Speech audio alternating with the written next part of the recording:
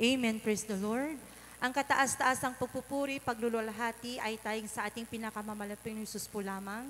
Dobleng paggalang po at patuloy na pag-aalala po sa beloved teachings and memories ng ating beloved parents in the Lord, beloved evangelist Walde Estrada Almeda and beloved assistant pastor Lina C. Almeda.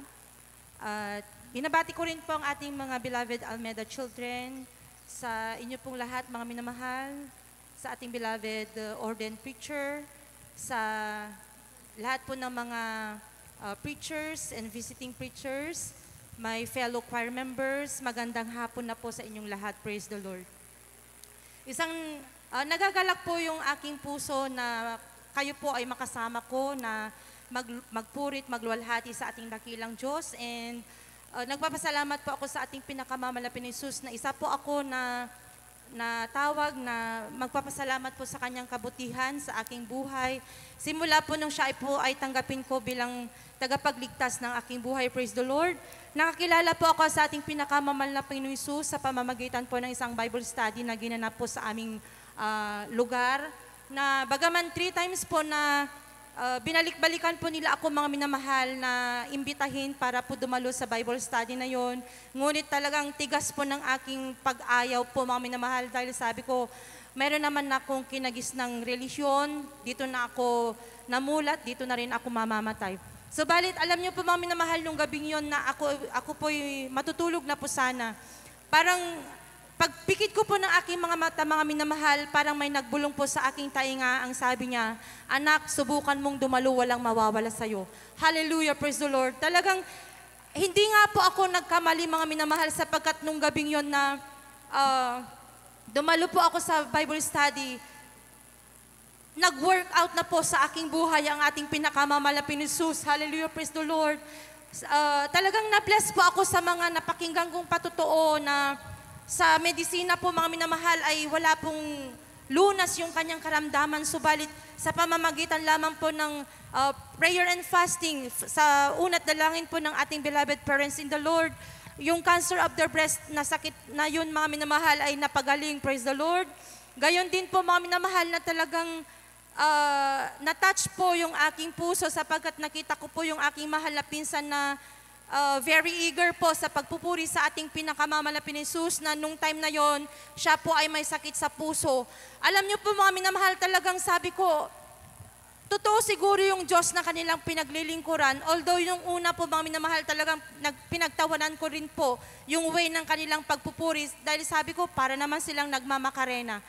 Subalit, alam niyo po mga minamahal, nung time na tinanggap ko na po ang bautismo sa tubig sa banal na pangalan ng ating pinakamamalapit na Jesus, naramdaman ko po yung kaginhawaan ng aking pakiramdam. Praise the Lord.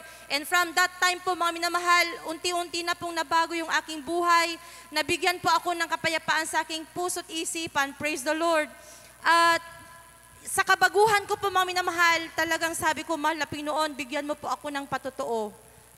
Kasi parang sa pag-o-observe ko po mga minamahal, parang gusto ko po na maranasan yung mga naranasan na po ng ating mga beloved kapatiran po. Alam niyo po mga minamahal, 2 months pa lamang po namin sa kanyang banal na gawain. Naranasan ko po yung first ever na disgrasya po sa aking buhay. Nung sinundo po kami sa aming lugar mga minamahal, punong-puno po yung jeep ng kapatiran, may baguhan po, may buntis, may 10 months old na baby. Nung ano po mga minamahal, nung tinabi po ng driver yung sasakyan namin, hindi po niya alam na malambot po pala yung lupa, and then andun na po na unti-unti pong bumaliktad yung jeep na aming sinasakyan. 3 beses po yan na bumaliktad, nahulog po yan sa ilog po mga minamahal. Hallelujah. Sa pagsigaw lamang po namin ng hallelujah in Jesus' name, andun po yung pag-iingat ng ating pinakamamalapit Jesus. Praise the Lord. Amen. Praise the Lord. At ang himala po niya mga minamahal, pagkaahon po nila, kinahapunan po, pagkaahon po nila sa sasakyan, bumuhos po yung malakas na ulan, and lumaki po yung tubig po sa may ilog. Hallelujah. Sabi ko, totoo ang mahal na Panginoon na aming pinaglilingkuran. Praise the Lord. Gayon din po mga minamahal, year 1998, nung papunta po kami sa Bible study sa Dago po ng Pagudpud, Ilocos Norte. Andun po mga minamahal na on the way po kami, sa boundary po ng Pasukin at Bacara po mga minamahal, naka-encounter po ulit kami ng disgrasya. 3 times po yan mga minamahal na umikot-ikot po yung aming sasakyan at pagkatapos ay bumangga po sa malaking puno mga minamahal. Alam niyo po mga minamahal, dahil po ako ay yung parang inaantok po ako, yung pagkapikit ko po ng aking mata, hindi po ako nakapag-rebuke mga minamahal. Yung iba ko pong kasama mga minamahal, dahil nabali po yung tubo na hawakan po ng jeep, tumama po sa kanilang likuran, yung kasama po naming iba, tumilapon po sa gitna ng bukid. At ako po mga minamahal, kung aking susumahin, ako po yung may pinakagrabe. Kasi tumilapon po ako sa gitna ng kalsada po mga minamahal. Nasabi po ng mga nakasaksi, napakapalad ko daw po kasi wala pong kasunod na sasakyan na rumaragasak. Kung hindi po ay baka nadali din po ako na nabangga po ng sasakyan. Subalit talagang grabing pagpasasalamat ko po sa ating pinakamamalapit ni Jesus nung time na yon, sapagkat pinag-ingatan po niya kami mga minamahal. Sabi po ng mga nakasaksi, every time na may nadidisgrasya sa lugar na yon, meron at mayroong namamatay. Subalit sa case po namin mga minamahal, grabing pag-iingat po ng ating pinakamamalapit ni Jesus, sapagkat kaming lahat po ay buhay. At hanggang sa mga oras na ito, mga minamahal, ay patuloy na nagpupurit, nagdadakila sa ating pinakamamalapit ni Jesus. Gayon din po mga minamahal, pinapasalamatan ko po ang ating malapit ni Jesus sa pag-iingat din po niya sa aking mahal na panganay na mahigit 2 years old po siya noong nabalian po siya ng kumukulong tubig.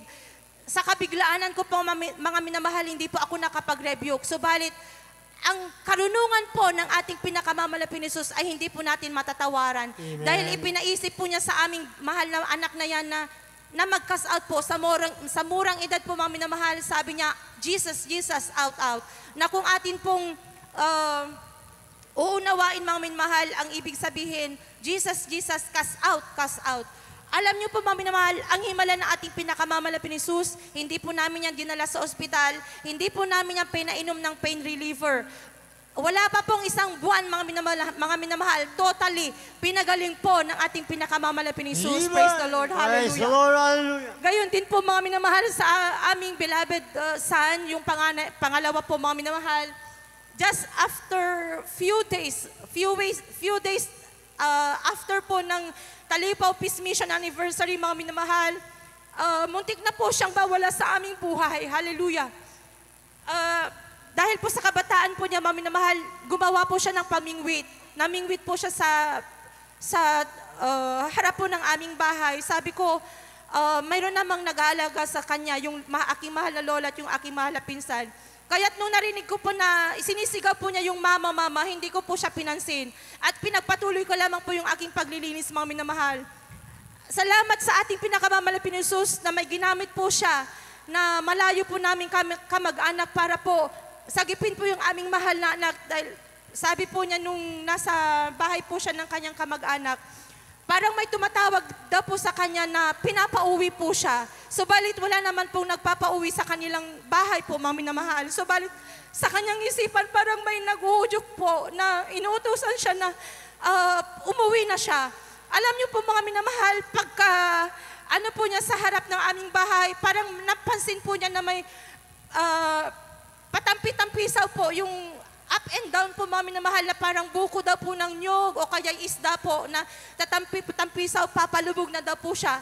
Nung na-realize po niya mga minamahal na tao po yun, tumalon na po siya, hindi na po niya ininda na maski yung cellphone niya, dala-dala po niya na tumalon po dun sa tubig. Talagang grabing pasasalamat po namin sa ating pinakamamalapit ni Jesus sapagkat kung hindi po totoong Diyos na buhay yung ating pinaglilingkuran, wala na po yung aming mahal na anak na yon. Subalit ngayon po, mga minamahal, Hallelujah, hallelujah. 20 years old na po siya. Kasama po natin siyang nagpupuri sa ating malapinong Jesus. Patuloy po siyang ginagamit bilang youth choir member po. Praise the Lord. Gayon din po, mga minamahal, pinapasalamatan ko yung ating pinakamamalapit ni Jesus. Ngayon ko lamang po na-realize, mga minamahal, na all four po kami sa aming pamilya ay nakaranas po ng disgrasya na pinag-ingatan po ng ating mahal na Jesus. Sapagkat nung nasa Kuwait po yung aking mahal na asawa, sa kagustuhan po niya na makadalo po ng maaga sa ating banal na gawain po doon, mga minamahal. Inantok daw po siya nung time na yon at parang napapatulog na daw po siya.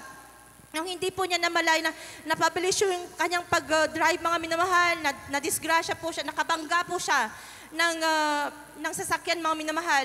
Alam nyo, grabing himala po ng ating pinakamamahal na Panginoon sapagkat yung sasakyan po niya, mga minamahal, maliit lamang po yan na company car. Parang yung bumper lang po niya yung yung parang may yung may konting damage lang po. Subalit yung malaking sasakyan po na kanyang nabangga, yun po yung malaking damage po, mga minamahal. Kahit sabi ko, mahal na Panginoon, napakabuti mo sa aming buhay sapagkat kahit kami po ay nagkukulang, kami ay lagi mong pinag-iingatan, lagi mong pinagpapala. Hallelujah, praise the Lord. Ganyan din po, mga minamahal, na pinapasalamatan ko po na binigyan din po niya ako ng pagkakataon na makapaglingkod sa kanyang banal na gawain. Na nung bata pa po ako, mga minamahal, talagang pinangarap ko po na maging madre po, mga minamahal, kasi parang naengganyo po ako sa kanilang kasuotan. Tapos pag nagtuturo po sila sa mga bata po ng yung Word of God po, mga minamahal, sabi ko, gusto ko ring maging madre. Subalit, ang karunungan po talaga ng ating pinakamamahal na Panginoon, hindi po natin alam ang kanyang plano sa ating buhay. Sapagkat dinala po niya ako sa kanyang banal na gawain. Hallelujah, praise the Lord. Naiiwas din po ako, mga minamahal, na sa plano ko po nung nasa high school ako, na gusto ko rin pong sumali sa fraternity, yung sorority po, mga minamahal. Subalit andun na po yung nag-manifest po sa aking buhay ang ating pinakamamahal na Panginoon Jesus, na before po na makagawa po ako ng masama sa aking buhay, mga minamahal, ay idinako na po niya ako sa kanyang banal na gawain. Praise the Lord. At sa mga oras na ito, mga minamahal, talagang grabing pagpapala ng ating mahal na Panginoon sapagkat patuloy po niya akong ginagamit sa kanyang banal na gawain bilang choir member po at bilang Sunday school teacher po, mga minamahal. Praise the Lord. Gayon din po sa paggabay po niya sa aking mahal na panganay sa kanyang pag-graduate po, mga minamahal, na recently ko lamang po nalaman, mga minamahal, nung just after yung oath-taking po niya, na naging scholar din po pala siya.